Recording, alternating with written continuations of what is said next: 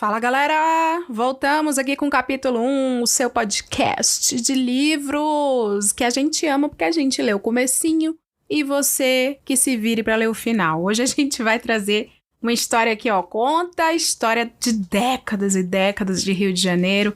Tem sido um desafio para as autoridades, tem sido um desafio para a população, para a segurança pública. O livro que a gente vai ver hoje é fortão porque conta a história do poder paralelo no Rio.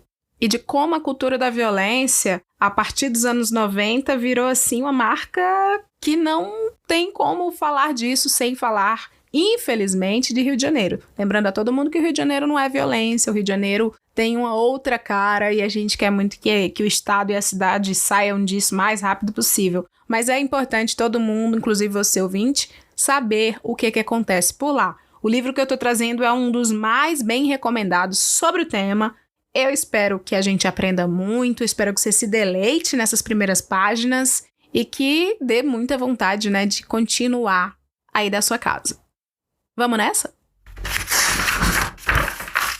Milicianos. Capítulo 1. Rony Lessa e a Patamo 500.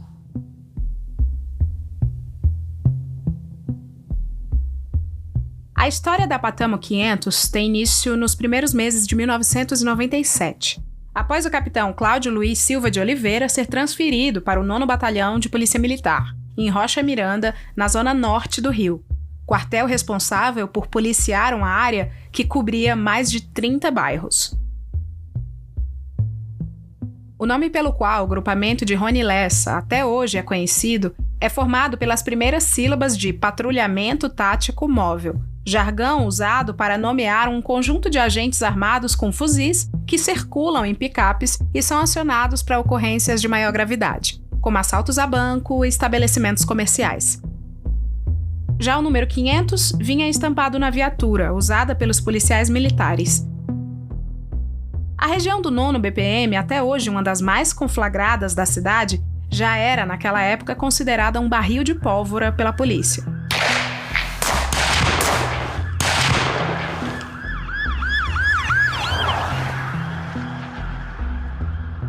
Sob a responsabilidade do batalhão, havia mais de 20 favelas, sendo 3 complexos de comunidades, Chapadão, Pedreira e Serrinha, dominados por 3 facções diferentes do tráfico que guerreavam entre si e com a polícia. A violência do tráfico era respondida com violência da polícia. O batalhão já tinha um longo histórico de brutalidade e abusos antes do surgimento da Patamo 500. Em 1993, o quartel abrigou os temidos Cavalos Corredores, o grupo de PMs que participou da chacina de Vigário Geral. Na ocasião, numa incursão em represália à morte de 4 policiais, 21 pessoas foram mortas. 4 anos depois do massacre, Cláudio Luiz, um caveira formado pelo Batalhão de Operações Especiais, BOP, a tropa de elite da PM do Rio, chegaria ao 9º BPM com a missão de formar uma equipe especializada em confrontos. O objetivo inicial era fazer uma ocupação na favela de Acari, considerada problemática por conta do controle territorial exercido pelos traficantes que não permitiam a entrada da polícia. Para integrar a sua equipe, Cláudio Luiz convocou seus homens de confiança, selecionou a dedo agentes que já conhecia e solicitou ao comando da PM a transferência deles para a ocupação. E foi prontamente atendido. Rony Lessa, um de seus pupilos no BOP, foi uma escolha óbvia. Ambos se conheceram na tropa de elite em meados dos anos 90. Cláudio Luiz é um caveira formado pelo curso de Operações Especiais, COESP, retratado no filme Tropa de Elite, e notório pela dificuldade de ingresso e pelos requintes de tortura com os postulantes. Pede pra sair. Já Lessa admirava tanto os caveiras que, mesmo sem ter feito o curso, pediu para ser um deles e entrou no BOP como voluntário em 1993, quando o batalhão ainda não tinha a atual fama e precisava de agregados para completar o seu efetivo. Ex-tatuador relativamente conhecido no subúrbio do Rio, Rony Lessa abandonou o estúdio que mantinha num quarto na casa dos pais, no Meier, zona norte da cidade, para se tornar policial militar em 1991. Já naquela época, ele não era exatamente um admirador de quem obedecia às leis. Prova disso é que 2 anos antes se alistara na Scuderie Lecoq, irmandade formada principalmente por policiais que defendiam o extermínio de criminosos.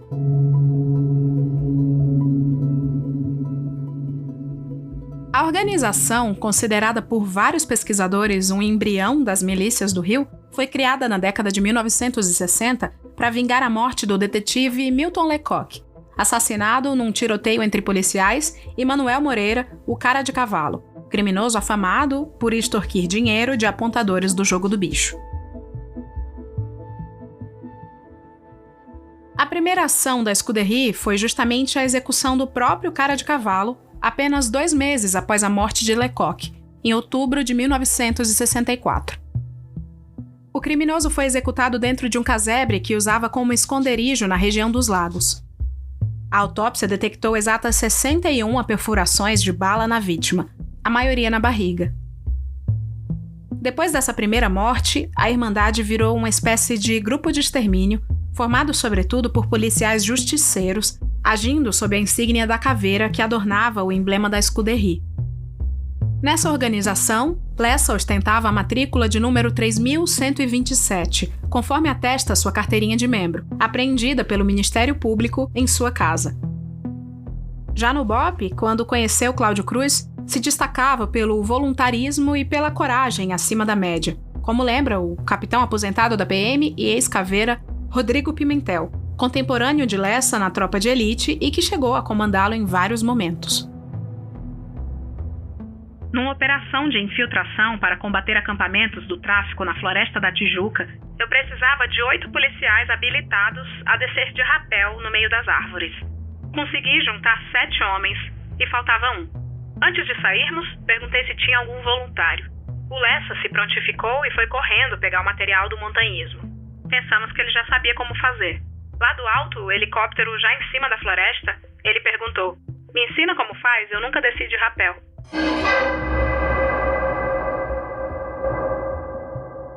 Ele aprendeu ali, na hora.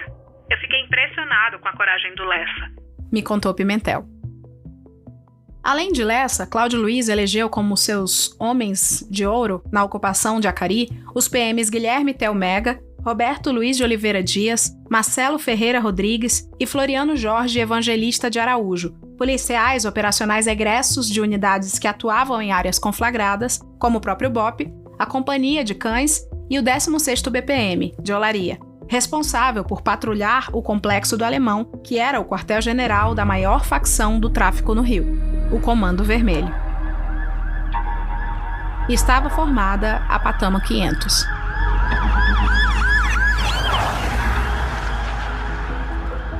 Juntos, esses policiais trilharam entre 1997 e 2003 uma trajetória de sucesso profissional muito rara na PM do Rio. Graças a uma série de ocorrências que terminaram com muitas mortes e apreensões, progrediram meteoricamente em suas carreiras. Antes de entrar na patrulha, por exemplo, Lessa tinha a patente de soldado, a mais baixa da corporação. Em menos de 1 ano, foi promovido por bravura 2 vezes e no final de 1997, já era 3º sargento. E não era um caso isolado. No fim do mesmo ano, todos os integrantes da Patamo 500 foram promovidos juntos. Cláudio Luiz, o chefe, o capitão, virou major. Cada um dos seus subordinados subiu 1 degrau. Os boletins da PM com o anúncio das promoções mencionavam a dedicação à causa pública, o preparo profissional, moral e o cometimento de atos não comuns de audácia e coragem dos membros do grupo. Entre 1997 e 1998, os elogios nas fichas funcionais de Lessa e Cláudio chegaram a praticamente 1 por mês. No mesmo período, a atuação da dupla na patrulha rendeu moções de aplauso e congratulações da Assembleia Legislativa do Estado do Rio de Janeiro, a ALERJ, propostas pelo então deputado Pedro Fernandes, que tinha sua base eleitoral na área do 9º BPM. Ao homenagear Lessa, Fernandes escreveu que o policial é digno dessa homenagem por honrar permanentemente, com suas posturas, atitudes e desempenho profissional, a sua condição humana e de militar discreto, mas eficaz. Uma política pública que apostava nos confrontos como estratégia para combater o crime praticamente deu carta branca para a atuação da Patamo 500 e ainda encheu os bolsos de seus agentes. A gratificação faroeste, como ficou apelidada a premiação por bravura criada pelo governador Marcelo Alencar, do Partido da Social Democracia Brasileira, PSDB, em 1995, na prática, concedia bonificações salariais a policiais que participavam de ocorrências com mortes. Em março de 1998, pouco depois de ser promovido de cabo a sargento por ato de bravura, Rony Lessa teve seu salário incrementado em 25%, por ter demonstrado coragem e determinação ao participar de uma ação policial. 3 meses mais tarde, após novas ocorrências e elogios, o sargento teria aumentado a gratificação com mais 40% de seus vencimentos. Os demais integrantes receberam bonificações ainda maiores. Em dezembro de 1996, Cláudio Luiz e os cabos Roberto Luiz Dias, Floriano Jorge Araújo e Guilherme Telmega ganharam a gratificação de 50% por terem matado 2 homens numa troca de tiros. Até 1998, após sucessivos decretos, o percentual de bonificação chegaria a 90% dos salários. Num segundo semestre desse ano, com a explosão do número de homicídios em operações no estado, as mortes pela polícia passaram de 300 em 1997 para 397 em 1998, um aumento de 32%. A gratificação faroeste foi extinta por uma lei aprovada pela LERJ, de autoria do deputado Carlos Mink, do Partido dos Trabalhadores, o PT. O prestígio dos policiais da Patamo 500 na corporação, entretanto, era proporcional ao terror que provocavam nos moradores das favelas da zona norte do Rio. Ao mesmo tempo que era premiada pelo governo, a patrulha deixava um rastro de sangue por onde passava, colecionando denúncias de violações aos direitos humanos. Em apenas 5 anos, Lessa, Cláudio Luiz e seus colegas participaram de ocorrências que terminaram em pelo menos 23 mortes, 3 delas com indícios de execução. 2 vítimas feridas após uma sessão de tortura e o desaparecimento de um homem depois de ser colocado no xadrez da viatura. Todos os casos foram levantados por mim com base em processos judiciais e documentos internos do 9º BPM. Na maioria dos registros, a mesma dinâmica se repete. Os agentes afirmam que foram recebidos com disparos de arma de fogo pelos marginais e revidaram a injusta agressão. As justificativas eram aceitas e os casos arquivados. Apenas 3 inquéritos contra a Patamo 500 saíram das gavetas de delegacias e chegaram à justiça. Os processos, entretanto, só foram abertos depois dos crimes, quando a patrulha já havia sido dissolvida. Todos tiveram o mesmo desfecho. Os agentes acabaram absolvidos e se livraram das acusações.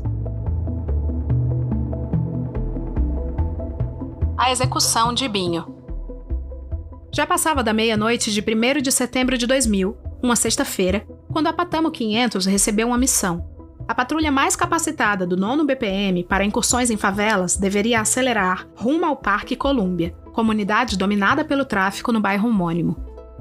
Minutos antes, o setor de inteligência do quartel havia recebido informação quente. Um bando de 20 criminosos, vindo da Baixada Fluminense, havia acabado de chegar à favela em carros importados. Segundo o informe, o chefe do grupo era o criminoso mais procurado do Rio, Delber Virgílio da Silva, o Binho.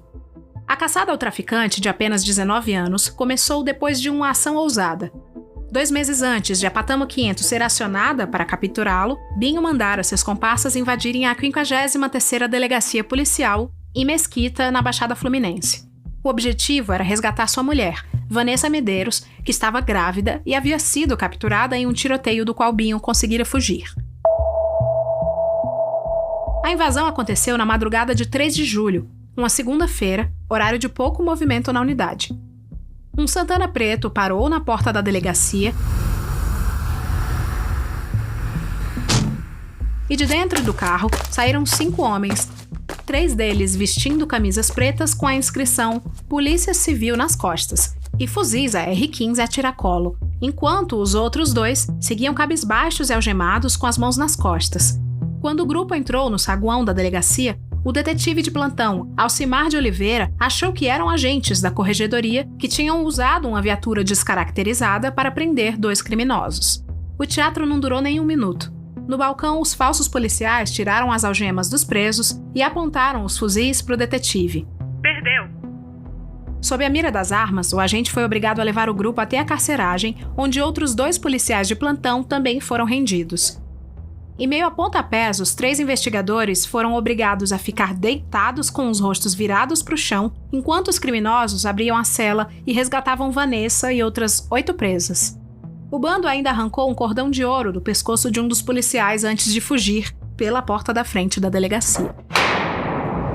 Na manhã seguinte, Binho, que até então era um traficante sem muita relevância, atuante em favelas da Baixada Fluminense, região com os piores indicadores de desenvolvimento humano e social do estado do Rio, passou a ser considerado o inimigo número 1 da polícia. A ascensão ao estrelato do crime foi meteórica. A prisão dele é uma questão de honra, disse o coronel Roberto Penteado, comandante do 21º BPM, responsável pelo policiamento da área onde o resgate aconteceu. Nos meses seguintes, enquanto várias operações eram realizadas para capturar Binho, seus feitos passaram a ser amplificados na imprensa. O Binho é sanguinário, é responsável pela morte de 5 policiais, sendo 4 PMs e 1 carcereiro, disse numa entrevista ao jornal Extra José de Freitas, delegado titular da unidade invadida.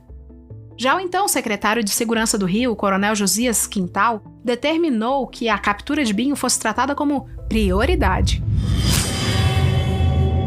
Em meio à caçada, o traficante decidiu fugir da Baixada Fluminense e se abrigar numa favela dominada pela facção a qual pertencia, o Comando Vermelho. No extremo norte da capital, o Parque Colúmbia, destino da Patamo 500 naquela madrugada de setembro. Como o informe recebido pelo batalhão dava conta de que Binho estava acompanhado por cerca de 20 homens, Rony Lessa e seus colegas pediram, via rádio, apoio a outras 2 patrulhas que estavam de plantão. Ao todo, 15 agentes participaram da operação. Quando chegaram ao local, todos desembarcaram das viaturas e seguiram a pé pelos becos. À frente do grupo iam Lessa e seus 2 colegas de patrulha, os sargentos Guilherme Mega e Floriano Evangelista. Até hoje não se sabe exatamente o que aconteceu a seguir. Há, no entanto, 2 versões sobre a operação. A primeira delas foi contada pelos agentes da Patamo 500 na delegacia da Pavuna, a 39ª DP, ainda naquela madrugada.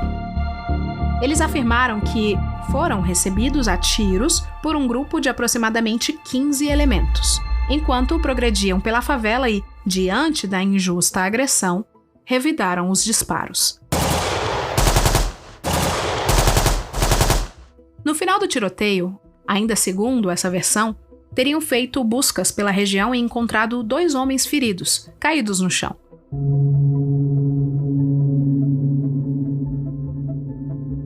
Ao lado deles, os PMs alegaram ter encontrado um fuzil, 2 granadas e uma bolsa contendo 413 trouxinhas de erva e 314 papelotes de pó branco. Só 3 policiais atiraram na ocasião. Justamente os que lideravam a patrulha: Lessa, Mega e Evangelista, integrantes da Patamo 500.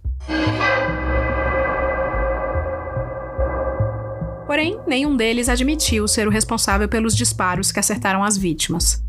Todos usaram suas armas ao mesmo tempo e na mesma direção, foi o que relatou Rony Lessa.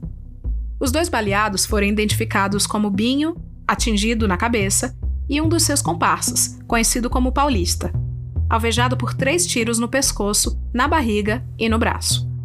Na ocasião, a pretexto de socorrer os feridos, os PMs retiraram os corpos da favela e levaram ao hospital, onde deram entrada já cadáver, conforme os boletins de atendimento médico. A alteração da cena do crime impediu a realização, no local, de uma perícia, que teria ajudado na elucidação do caso. Por fim, os policiais levaram até a delegacia para a confecção do registro de ocorrência um homem que se apresentou como usuário de drogas e disse ter testemunhado a ação. Ele confirmou a versão dos policiais de que houvera um confronto e foi liberado. Binho tomba em tiroteio, noticiou o Extra no dia seguinte. PM mata traficante que invadiu o DP. Foi a manchete do jornal O Dia. As reportagens, que descreviam Binho como um dos mais ousados traficantes da cidade, replicaram a versão dos policiais. Os jornais relataram que a PM conseguira cercar os criminosos, mas estes não se renderam. Binho e seus cúmplices resistiram aos tiros durante cerca de 15 minutos. Para a PM, o resultado da ação foi um sucesso. A averiguação interna aberta para investigar o caso não só concluiu que não houve crime ou excesso por parte dos agentes, como também os elogiava. Os meliantes estavam em maior número, porém, vendo a determinação dos policiais, empreenderam fuga deixando para trás 2 elementos. No entanto, uma prova produzida pela Polícia Civil naquela mesma madrugada não batia com a versão de confronto dos PMs. A perícia, feita nos cadáveres, constatou que um dos tiros que atingiu Paulista, o comparsa de Binho, deixou uma orla de tatuagem na pele. A expressão, usada pelos peritos para identificar a marca escura, produzida pelos resíduos de pólvora expelidos pelo cano de arma no entorno da perfuração feita pela bala no corpo, indica que o tiro foi feito a curta distância, um sinal de execução. Segundo especialistas, o disparo de fuzil só deixa uma orla de tatuagem na vítima se for feito à distância de até 1 metro, o que desmentiu a versão de que os policiais atiraram num primeiro momento. Depois fizeram buscas e só então encontraram os homens caídos no chão. O indício de que os policiais não haviam agido dentro da lei não foi suficiente para a investigação avançar. Depois daquela madrugada, o inquérito sobre as mortes vagou por quase 2 décadas pelas gavetas de delegados e promotores sem que novas provas fossem produzidas. Os crimes já estavam prestes a prescrever. No Brasil, homicídios não são mais possíveis de punição depois de 20 anos, quando o caso sofreu uma reviravolta. Em 2019, após Rony Lessa ser preso pelo homicídio da vereadora Marielle Franco, o inquérito foi parar nas mãos da promotora Karina Pupim, do Grupo de Atuação Especializada em Segurança Pública, GAESP, criado pelo Ministério Público do Rio de Janeiro para atuar em investigações de crimes cometidos por policiais, que estranhou o choque entre os laudos cadavéricos e a versão dos policiais. Karina resolveu retomar a investigação para esclarecer o que de fato havia acontecido no Parque Colômbia e decidiu começar ouvindo novamente a única testemunha ocular apontada no inquérito. O homem, levado pelos PMs à delegacia, que se apresentou como usuário de drogas na ocasião e corroborou, em depoimento, o relato dos policiais.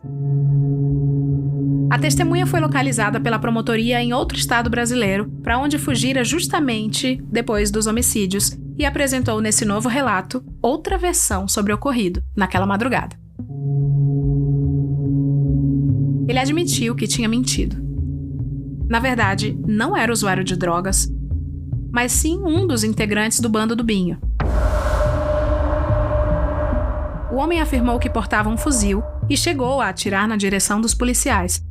Mas, segundo ele, depois da troca de tiros, os PMs conseguiram encurralar os traficantes num terreno baldio. Nesse momento, Binho e Paulista foram executados pelos policiais da Patamo 500. Capturado pelos agentes, o homem foi agredido e sufocado com um saco de plástico para que fornecesse informações sobre o tráfico na favela, tais como esconderijos de armas e drogas e a localização de outros integrantes do bando. Por fim, contou que os PMs propuseram um acordo. Se ele passasse os dados sobre seus comparsas, seria liberado, o que de fato aconteceu.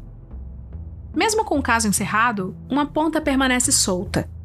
Em seu segundo depoimento, o comparsa de Binho contou que, ao todo, havia 3 armas com os homens encurralados pelos policiais. Ele portava um fuzil Parafal calibre 7.62, Binho tinha outro fuzil nas mãos, este de calibre 5,56, e Paulista uma pistola. Somente um dos fuzis, no entanto, é citado nos relatos dos policiais e foi entregue na delegacia depois da operação. Até hoje não se sabe onde foram parar as outras armas. Marcelo nunca mais apareceu. Os assassinatos de Binho e Paulista não foram os únicos que levaram a Patamo 500 ao banco dos réus. Em 2007, os mesmos colegas que acompanharam Rony Lessa na operação no Parque Colômbia, os sargentos Guilherme Mega e Floriano Evangelista, foram denunciados pelo Ministério Público do Rio de Janeiro por executar um homem identificado como Márcio Davis Couto da Silva, com um tiro a queima-roupa na cabeça. O crime acontecera 6 anos antes, em setembro de 2001, durante uma operação da patrulha para reprimir o tráfico de entorpecentes no bairro do Campinho, segundo declaração da dupla. Assim como no assassinato de Binho, a principal prova contra os agentes, nesse caso, era o laudo de exame cadavérico da vítima, que apontava a existência de uma orla de tatuagem na ferida de entrada da bala. A trajetória feita pelo projétil também chamou a atenção dos promotores. O tiro que matou o Márcio entrou em seu corpo pela parte de baixo da mandíbula e saiu pela testa, de baixo para cima, o que não se encaixava na cena de tiroteio descrita por Mega e Evangelista na delegacia. Por fim, outros detalhes enfraqueciam a versão dos PMs. Como prova de que tinham atirado em legítima defesa, entregaram na delegacia as 2 armas, um revólver e uma escopeta, que estariam com a vítima. Peritos da Polícia Civil, entretanto, constataram que a escopeta estava danificada e não poderia ter produzido disparos. Em novembro de 2007, 6 anos depois da operação, o Ministério Público propôs uma ação contra Mega e Evangelista pelo crime. Na denúncia encaminhada à Justiça, o promotor Alexandre Murilo Graça argumentava que a vítima estava subjugada pelos acusados quando sofreu disparo a queima-roupa, o que caracteriza a execução sumária. Somente em 2012, os agentes foram levados a júri popular, mas acabaram absolvidos. Prevaleceram os argumentos da defesa de que houvera um confronto. Uma de suas testemunhas foi o próprio comandante da Patamo 500, o Major Cláudio Luiz Silva de Oliveira. Ele e Rony Lessa também haviam participado da operação, mas alegaram que não tinham feito disparos. Numa das audiências do processo, o chefe corroborou a narrativa de seus subordinados de que apenas haviam se defendido de um perigoso ataque realizado por bandidos. Cláudio Luiz não frequentou o Tribunal de Justiça somente como testemunha. Ele e seu pupilo, Rony Lessa, responderam juntos a um processo por tortura. O caso aconteceu em 26 de junho de 1997, na Pavuna. 2 vítimas, um homem e uma mulher, procuraram a Polícia Civil para relatar que, após serem abordados pelos policiais, foram agredidos com socos e chutes para que dessem informações sobre o paradeiro de armas e drogas na região. Além de Lessa e Cláudio Luiz, outro integrante da patrulha foi reconhecido, o sargento Roberto Luiz Dias, o Beto Cachorro. Mais de uma testemunha confirmou a versão das vítimas. No entanto, depois que a denúncia foi feita, ficou mais de 1 década parado. Só em outubro de 2008, o Ministério Público propôs a ação contra os 3. Quando os policiais viraram réus, a Patamo 500 já havia sido desfeita e nenhum deles trabalhava mais no 9º BPM. Nas audiências da Justiça, vítimas e testemunhas disseram não se lembrar da sessão de tortura, e a defesa ressaltou os antecedentes irretocáveis dos agentes. Em agosto de 2009, todos foram absolvidos. Para o juiz Marcel Duque Estrada, não havia convicção segura da existência do fato. Uma das acusações mais graves feitas contra a Patamo 500, no entanto, nunca chegou à justiça. No início da tarde de 16 de janeiro de 2002, Marcelo Fabiano de Oliveira Araújo, de 24 anos, desapareceu. O jovem saiu de moto, da casa onde morava com a namorada no bairro de Coelho Neto, área também sob responsabilidade do 9º BPM, e não voltou. Parentes de Marcelo passaram as semanas seguintes em seu rastro. Visitaram hospitais e delegacias por toda a cidade, foram ao Instituto Médico Legal e circularam pelas redondezas do bairro onde ele morava, perguntando se alguém o tinha visto. Na tentativa de refazer os passos de Marcelo naquele dia, acabaram encontrando uma testemunha que afirmou ter visto o jovem sendo abordado por PMs quando trafegava pela Avenida Automóvel Clube, a mais movimentada do bairro de Irajá, vizinho a Coelho Neto. A testemunha foi levada à delegacia e ao batalhão, que abriram inquéritos para investigar o caso, e repetiu o que contara à família. O rapaz fora colocado pelos agentes na caçamba da viatura. O Marcelo foi abordado e ficaram rodando com ele na viatura. Como ele era usuário de drogas, devem ter achado que era bandido. Até hoje não sabemos o que aconteceu, mas acho que os PMs tentaram negociar dinheiro em troca da liberação dele. No bairro encontramos até uma pessoa que viu um dos policiais circulando com a moto do Marcelo depois do desaparecimento. mas todo mundo tinha medo de prestar depoimento contra aqueles policiais. Me contou um parente de Marcelo que localizei em 2021 e me pediu para não ser identificado. Por conta da mobilização da família, a investigação avançou. Dados de geolocalização de todas as viaturas do 9º BPM foram analisados. A única que passou pelo local da abordagem, às 11h55, foi justamente a de número 500. No entanto, depois de alguns meses, a família deixou de cobrar providências da polícia, amedrontada com as histórias que ouvia sobre os agentes da Patamo 500. No início a gente ia à delegacia todo dia, não tínhamos noção do risco que estávamos correndo. Mas depois de um tempo, paramos de mexer no caso. Nunca mais fomos à delegacia e o Marcelo nunca mais reapareceu. É triste, porque se os PMs tivessem sido presos na época, eles não cometeriam outros crimes depois. Conta o parente. Para a Polícia Militar, bastou que os policiais negassem ter feito a abordagem para que a investigação interna fosse arquivada. No relatório final, a patrulha ainda foi elogiada. De forma contundente, combate à criminalidade e retira do convívio social marginais, bem como armas e drogas. Letalidade e corrupção. Mesmo celebrada dentro da PM, a Patamo 500 não era uma unanimidade na Secretaria de Segurança Pública do Rio de Janeiro. O grupo, que assumiu cargos importantes no órgão depois de Antony Garotinho ser eleito governador do estado, em 1998, era uma espécie de feudo de resistência contra os policiais operacionais. Parte da tropa, que se destacava pela atuação em incursões em favelas e acumulava mortes em serviço, da qual a Patamo 500 era o maior expoente. À frente desse grupo, formado por intelectuais e pesquisadores, estava o antropólogo e cientista político Luiz Eduardo Soares, que formulou as propostas de Garotinho para a área e, após a eleição, assumiu o cargo de coordenador de Segurança, Justiça e Cidadania no novo governo. À época identificado com esquerda e filiado ao Partido Democrático Trabalhista, o PDT, de Leonel Brizola, Garotinho se elegeu com um programa para a área de segurança contraposto ao de seu antecessor, Marcelo Alencar, criador da gratificação faroeste que premiava policiais que matavam. A questão é que a política de incentivo aos confrontos não havia provocado quedas em indicadores criminais importantes. Os roubos de carros, por exemplo, cresceram 9% em 1998, ano da eleição, o que abriu espaço para as propostas de Soares, o estímulo a um policiamento comunitário mais voltado para o diálogo com a população do que para confrontos e a criação de uma ouvidoria externa às polícias, que pudesse receber e dar encaminhamento às denúncias de abusos por parte dos agentes de segurança. Luiz Eduardo Soares é um crítico ferrenho à gratificação faroeste e de suas consequências sobre a tropa, que persistem até hoje, mais de 2 décadas depois da sua extinção. Para ele, o estímulo à letalidade policial abriu as portas para a corrupção. Quando se confere ao policial liberdade para matar, para executar criminosos, sem que isso custe nada, se lhe confere também tacitamente a liberdade para não matar e negociar a sobrevivência. Olha a moeda que o policial da ponta tem em suas mãos. A vida. Não há moeda que se inflacione mais. Não há bem mais precioso. O suspeito dá o que tem e o que não tem para sair vivo. Explica o antropólogo. Na esteira da política de estímulo aos confrontos, o que aconteceu foi a explosão de uma prática conhecida dentro das polícias como mineira, referência à atividade de mineração, a busca de tesouros e pedras preciosas.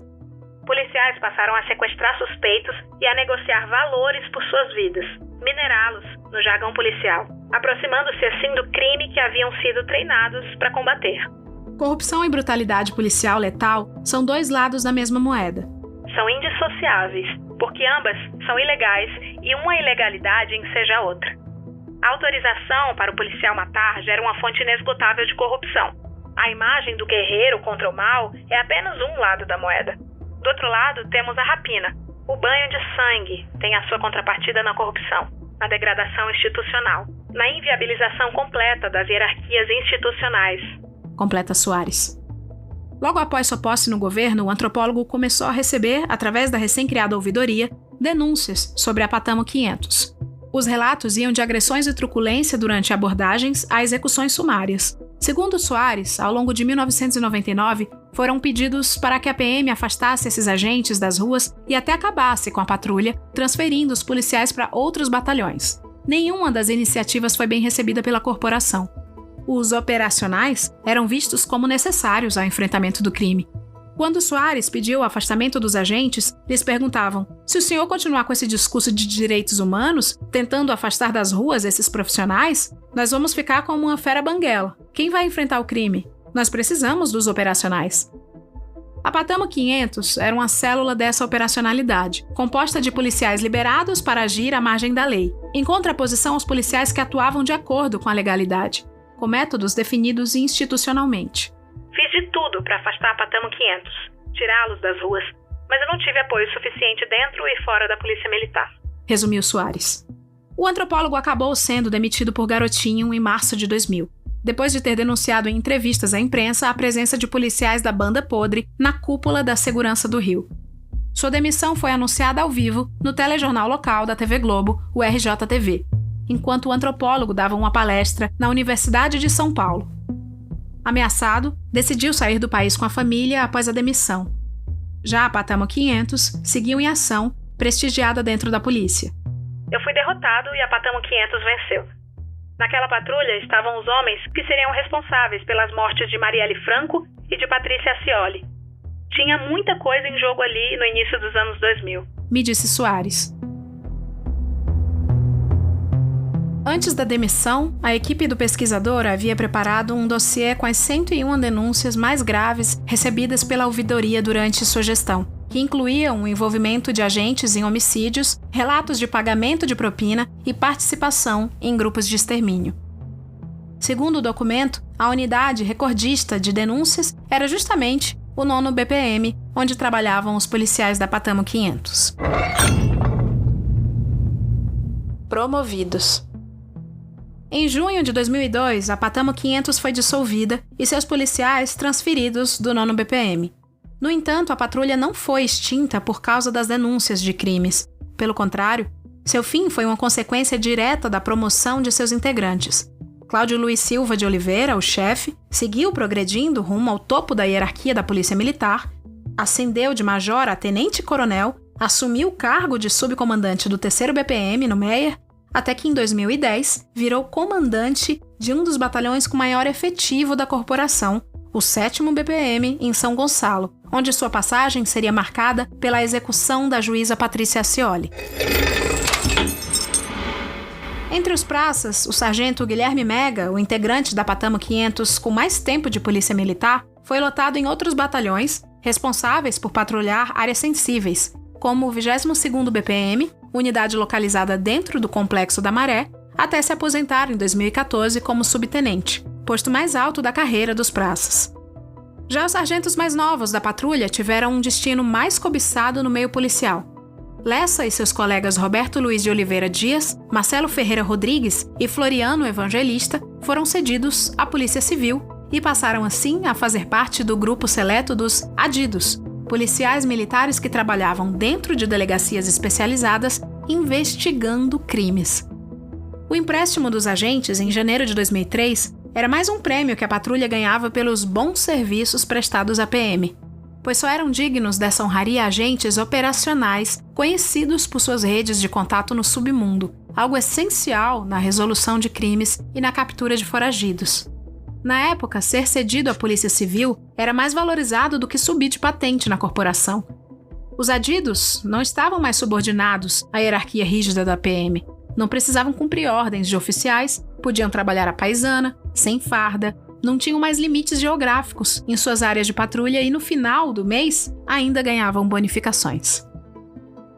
No entanto, com o passar do tempo, a proximidade dos policiais da Patamo 500 com o crime foi ficando cada vez mais explícita. Nos 20 anos que se seguiram à dissolução da patrulha, todos os seus integrantes foram presos sob diferentes acusações, ou acabaram mortos em assassinatos envoltos em mistério. O primeiro caso aconteceu em 30 de dezembro de 2004. Marcelo Ferreira Rodrigues foi executado a tiros de fuzil em Jacarepaguá. Na ocasião, o sargento, que trabalhava como adido, voltava para casa após um dia de trabalho quando foi alvo de uma emboscada. Ele estava ao volante na sua picape Nissan, parado num sinal de trânsito, quando um homem encapuzado desembarcou de um Vectra que tinha logo atrás. Parou ao seu lado e disparou com um fuzil AK-47. O ataque também vitimou outro PM, o cabo Gelson Cardoso, que era colega de Rodrigues no serviço de repressão a entorpecentes e estava num outro carro, mais à frente no sinal. Gelson ainda pegou sua pistola para reagir, mas foi atingido por 10 disparos. Ambos os PMs morreram no local. Ao extra, um policial amigo das vítimas que não quis se identificar, disse que pelo modus operandi, o crime foi um trabalho de profissional. Coisa de policial, não de vagabundo. Até hoje, o duplo homicídio não foi esclarecido. No entanto, um colega de Rodrigues, na Patamo 500, chegou a ser investigado pelo assassinato. Num depoimento prestado internamente à PM na época do crime, o então sargento adido Rony Lessa afirmou que presumia que o motivo de seu nome constar como possível acusado era o fato de ele possuir, acautelado da Polícia Civil, um armamento semelhante ao utilizado no homicídio em questão, um fuzil AK-47, sendo esta uma arma pouco comum. No mesmo relato, Lessa nega ter cometido o crime, mas confirma que havia se distanciado das vítimas. Há um ano não falava com os policiais por eles serem indisciplinados, esquecendo as normas regulamentares da corporação. A linha de investigação que ligava Lessa ao atentado partiu de uma denúncia anônima recebida pelo Ministério Público indicando que o crime tinha sido motivado por uma briga entre policiais militares causada da partilha de uma carga de cocaína. De acordo com o informe, a droga era de um traficante oriundo do Espírito Santo que fora capturado por um grupo de adidos, do qual Lessa e Rodrigues faziam parte. Em poder dos PMs, o criminoso propôs trocar sua liberdade pelo carregamento, o que teria sido aceito pelos agentes, que, em seguida, acabaram brigando pela partilha da droga. A cocaína jamais foi encontrada, a investigação não avançou e Lessa nunca respondeu pelo homicídio. A primeira prisão de um integrante da Patamo 500 aconteceu em dezembro de 2006, quase 3 anos após o fim da patrulha. Na ocasião, o sargento Guilherme Telmega foi um dos alvos da Operação Tingui, da Polícia Federal, que prendeu 75 PMs, acusados de ligação com traficantes da favela do Muquiço. Segundo a denúncia do Ministério Público, os agentes presos na ocasião se omitiram dolosamente na repressão ao nefasto comércio ilícito de drogas, forneciam informações privilegiadas acerca das ações policiais no local, proveram segurança contra invasões da favela por grupos criminosos rivais, bem como venderam armas e entorpecentes para o tráfico da localidade. Guilherme Mega, especificamente, era acusado de integrar um grupamento do batalhão de Bangu, o 14º BPM, de codinome Choque, que manteve em 3 datas, entre fevereiro e junho de 2006, contato telefônico com traficantes da favela do Muquiço, ajustando o recebimento das quantias em espécie que faziam parte da organização criminosa chamada Sintonia. Todos os policiais acusados de integrar o grupo foram soltos no ano seguinte e acabaram absolvidos por falta de provas em 2011. Antes mesmo de entrar na Patamo 500, Guilherme Mega já tinha um histórico de denúncias graves de violações de direitos humanos. Em 1994, 3 anos antes da formação da patrulha, foi acusado por uma moradora da favela Nova Brasília, no Complexo do Alemão, de executar, com um tiro em cada olho, o protético Evandro de Oliveira, de 22 anos. O assassinato aconteceu durante uma operação da Polícia Civil que terminou com 13 mortos, no episódio que ficou conhecido como Chacina da Nova Brasília. Na ocasião, Guilherme Mega entrou na favela encapuzado como informante de policiais civis.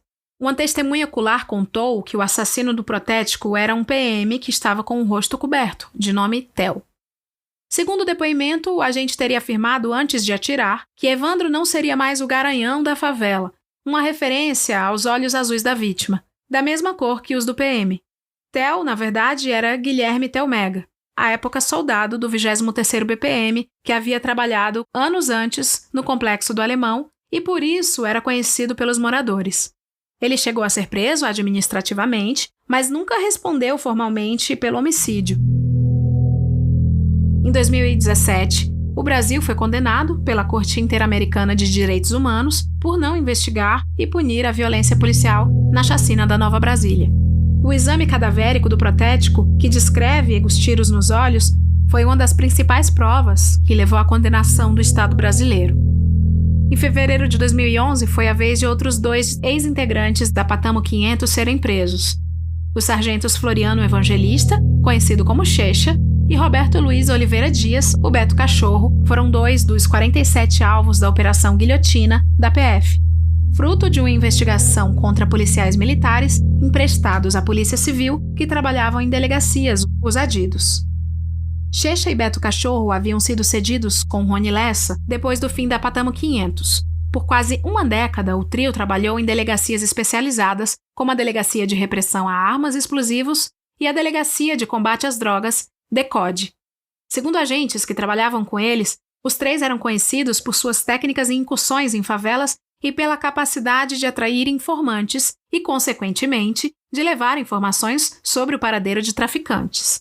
A apuração, que culminou na guilhotina, feita com base em depoimentos de informantes dos policiais e interceptações telefônicas, concluiu que um grupo de adidos integrava uma milícia e revendia a criminosos armas apreendidas em operações.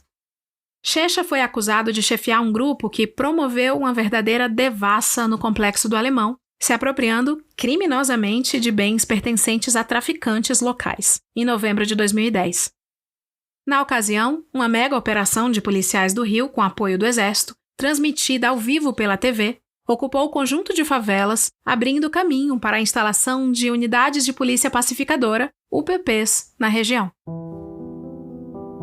Numa das conversas telefônicas que fundamenta o pedido de prisão de Checha, o PM afirma que o material encontrado na operação é espólio de guerra. Todo mundo tá dentro. O relatório cita que a equipe chegou a levar 7 pares de tênis encontrados numa laje. Os diálogos demonstram a aptidão voraz da equipe de Checha para a prática da apropriação deletiva do chamado espólio de guerra, escreveu o delegado Alan Dias Simões Maia no documento. Beto Cachorro também foi acusado de participar da devassa no Alemão. Segundo o relatório, o PM praticou saques e desvios de bens de criminosos na operação. A PF ainda alega que durante a ação, o agente integrava a equipe chefiada por um sargento que, mesmo já aposentado, estava no local em busca do espólio de guerra, Ricardo Afonso Fernandes, o Afonsinho, apontado como principal alvo da Operação Guilhotina. Naquele dia, Afonsinho e Beto Cachorro teriam se apropriado de armas, acessórios e drogas, que foram posteriormente revendidos. O documento ainda conclui que Beto Cachorro atuava como membro do 2º escalão da milícia de Afonsinho, prestando apoio armado para o grupo contra possíveis tentativas de invasões de traficantes. 3 meses após a prisão, Checha e Beto Cachorro foram beneficiados por um habeas corpus e deixaram a cadeia. Em 2017, a Justiça absolveu ambos por falta de provas. Atualmente, os 2 são subtenentes e estão aposentados. O comandante da Patamo 500 também foi preso em 2011, em setembro. Cláudio Luiz Silva de Oliveira, já tenente-coronel e então comandante do 22º BPM, teve a prisão decretada sob a acusação de ser o mandante do assassinato da juíza Patrícia Ascioli. Um mês antes, a magistrada fora executada na porta da sua casa com 21 tiros. Cláudio comandava o 7º BPM, batalhão de São Gonçalo, na região metropolitana, mesmo município da vara criminal onde Patrícia Ascioli trabalhava.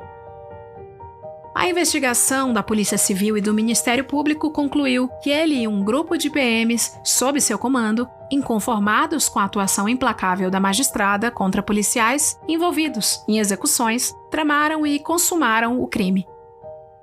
Entre policiais militares, a fama de Patrícia Ascioli era a de juíza linha dura. Desde 1999, quando assumiu a 4ª Vara Criminal de São Gonçalo, ela começou a passar um pente fino nas investigações de homicídios cometidos por policiais e notou que, em várias ocorrências, um padrão se repetia. Casos com indícios claros de execução eram apresentados na delegacia como autos de resistência. Ou seja, homicídios cometidos por policiais em legítima defesa. Nos anos anteriores à sua morte, a juíza foi responsável pela prisão de cerca de 60 policiais, ligados a milícias e grupos de extermínio na região. E mais, a Scioli acreditava que os agentes que executavam criminosos recebiam uma autorização tácita dos seus comandantes para matar. Numa entrevista ao jornal O São Gonçalo, uma das últimas que deu e que foi publicada depois da sua morte, reclamou que só os policiais que apertavam o gatilho se sentavam no banco dos réus. Na verdade, estes policiais cumprem determinações superiores, mas se você conversar com eles, jamais vão dizer isso. E os superiores, muito menos. Eles oficialmente dão determinações que não constam em nenhum lugar por escrito. E quando chamados às suas responsabilidades, eu digo os oficiais, os comandantes, dizem não, eu nunca mandei fazer isso. Só mando cumprir a lei e fazer estritamente o que a lei determina. A investigação do homicídio revelou que quando assumiu o comando do 7º BPM no final de 2010, o tenente-coronel Cláudio Luiz, acostumado desde a época da Patamo 500 a receber elogios por essas mortes, passou a ignorar as determinações da juíza, que tinham como objetivo justamente diminuir os homicídios cometidos por policiais na unidade. Ele inclusive colocou de volta nas ruas policiais que já tinham sido afastados, porque estavam envolvidos em casos em que havia suspeita de execução. Segundo testemunhas contaram para a Polícia Civil, Cláudio considerava a medida uma palhaçada e dizia a seus subordinados que era ele quem mandava no seu batalhão. Meses depois, quando a juíza decretou a prisão do major que chefiava a área de inteligência do batalhão por uma execução, Cláudio Luiz transferiu para outra unidade a dupla de policiais que fazia a escolta de Patrícia Scioli. Mesmo ameaçada, a magistrada perdeu a proteção. No dia do seu assassinato, ela voltava para casa sozinha.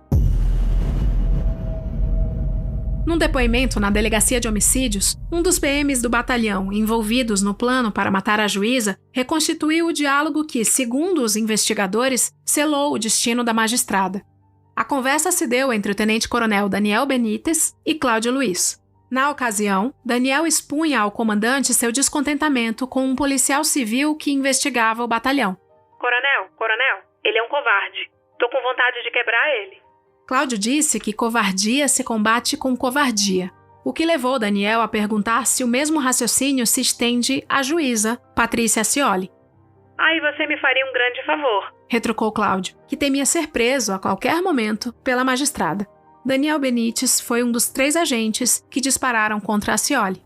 A investigação do assassinato também confirmou que brutalidade policial e corrupção andam juntas. 2 policiais envolvidos no homicídio afirmaram aos investigadores que agentes do batalhão costumavam liberar criminosos capturados em troca de pagamento. O montante, chamado de espólio pelos PMs, era dividido entre todo o grupamento e o comandante do batalhão. Segundo o relatório final do inquérito, Cláudio Luiz e seus subordinados transformaram a atividade policial em um balcão de negócios, com os quais lucravam ilicitamente uma quantia em torno de R$12 mil por semana em propinas fixas, além de extorsões a traficantes e venda de armas, drogas e dinheiro arrecadados em operações.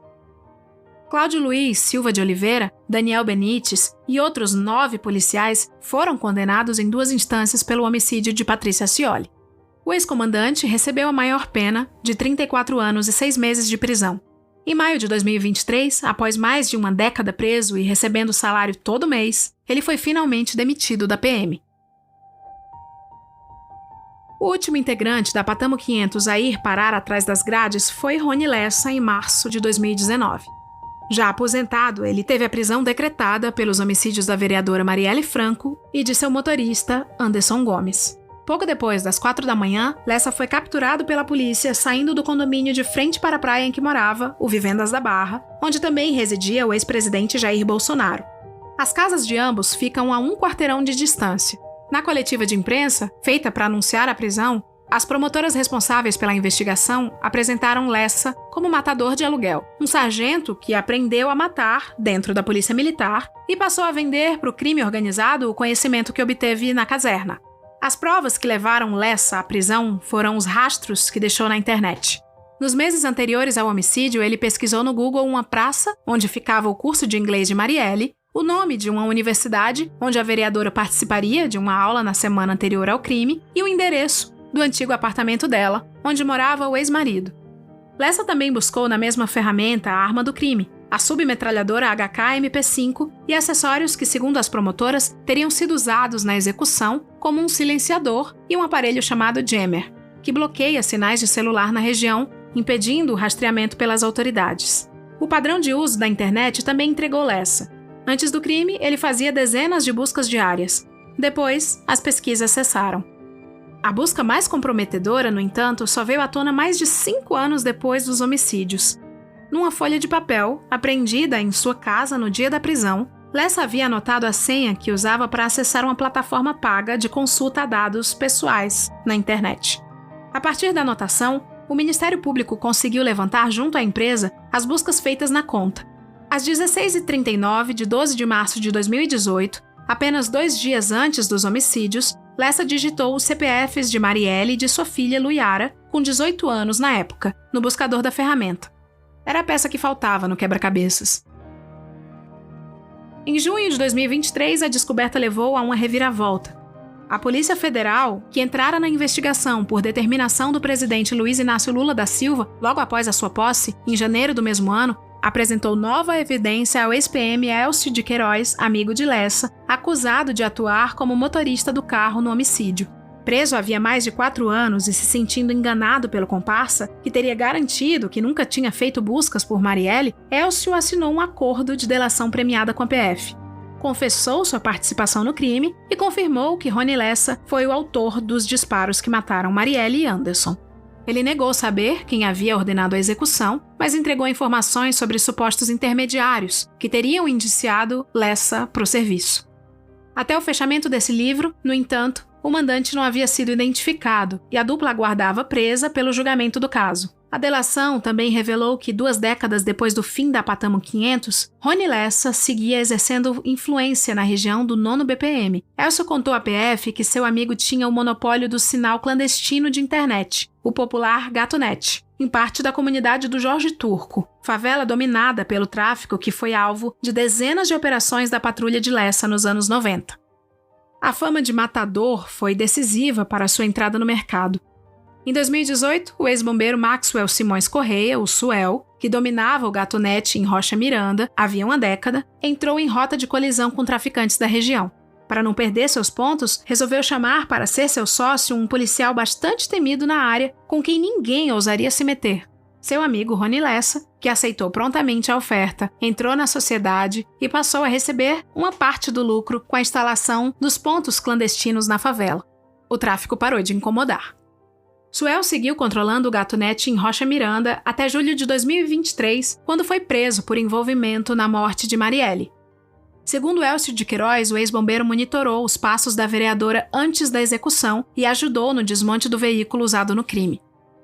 Se as pegadas digitais de Lessa ajudaram a esclarecer os homicídios de Marielle e Anderson, também jogaram luz sobre outra parte nebulosa do seu passado. As buscas revelam indícios fortes que o sargento começou a matar em troca de dinheiro muito antes, na época em que trabalhava como adido em delegacias da Polícia Civil.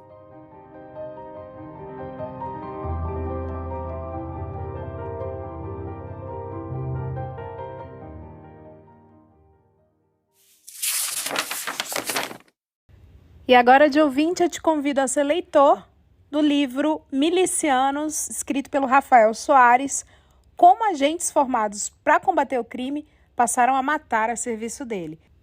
Esse livro aqui foi uma cortesia da editora Objetiva, ele tem 320 páginas, está em português, vocês vão gostar muito, tem muito desenrolar ainda sobre o que acontece nas entranhas do crime da segurança pública do Rio de Janeiro. Eu gostei demais, estou seguindo aqui, lendo, amando, e eu tenho certeza que vocês vão gostar também. A gente se vê no próximo programa. Até lá!